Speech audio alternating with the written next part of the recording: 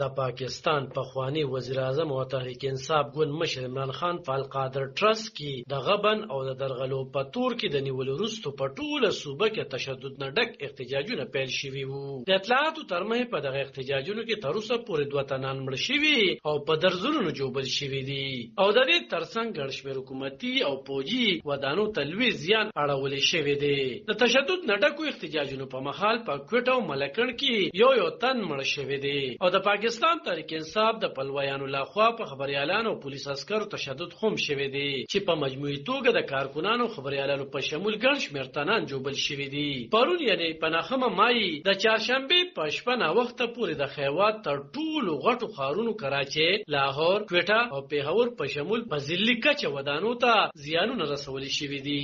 دا وخت موږ د 400 په موټروي انټرچینج ولاړ یو. دلته کې هم 13 ورځ تر ماسوتن پورې د پی ټی آی کارکونان په احتجاج او د پولیسو د وینا تر مخه دوی دغه د 400 انټرچینج او گاډو ته زیان رسولې دي. په دې کې دننه کمپیوټر نظام، ایسیګان، جنریټر، فرنیچر، گاډي، امبولانس او یو ټریلی ته اور اچول شوی وو. خو دغه سره په ټولنیزو رسنو خورو شو ویډیوګانو کې لیدل کېږي چې د موټروي په انټرچینج چې کمی پیسې غستل کېږي نو هغه هم سوځول شوی دي او ورسره دلته چې د اور مړکولو کمی سلندر وي یا د بجلی پولونه او یا کوم ګریلونه لګیدلی وو هغه هم تختول شوی دي. دغه مظاهرو سره په ټول خیوات کې د اربون روپو زیان اړولې دي او دا هغه زیان د کم چې هم د دې خلکو په ټکسونو تمامېږي. د 400 د پولیسو سرچینو د وینا تر مخه دلته 2 د فساداتو مقدمې درج شوي دي. په دې کې د پی ټی آی ځلي مشران او کشران نومول شوي دي او د سرچینو تر مخه بیګا پولیسو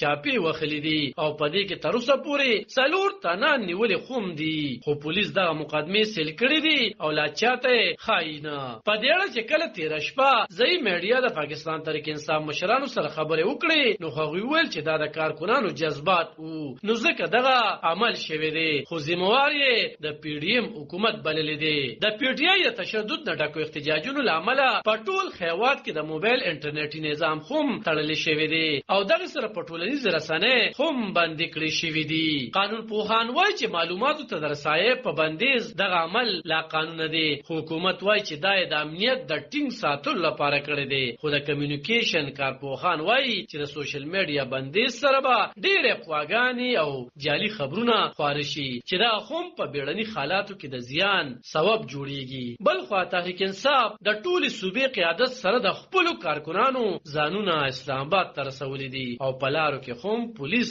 د دوی د نیولو هڅې کوي. علب خان شیرپو، دلبر نیوز، 400 د پاکستان.